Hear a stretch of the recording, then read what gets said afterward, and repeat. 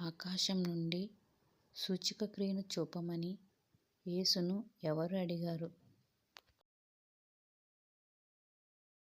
పరిసయ్యులు. మనుష్యులు చెట్లవలె నడవడం గ్రుడ్డివానికి ఏ స్థలంలో కనబడింది?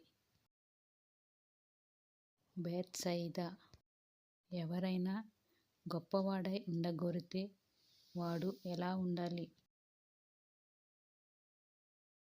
పరిచారకునివలె. యేసు స్వస్థపరచిన గ్రుడ్డి భిక్షకుని పేరు ఏమిటి? బర్తిమయి. బర్తిమయి తండ్రి పేరు ఏమిటి?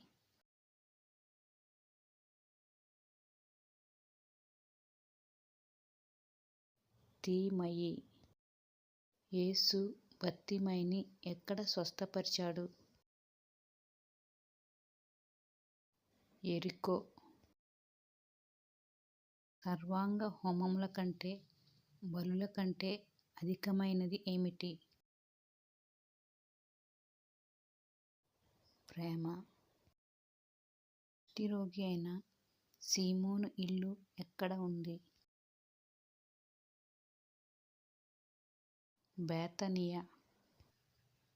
కురేనీయుడైన సీమోను కుమారులు ఎవరు?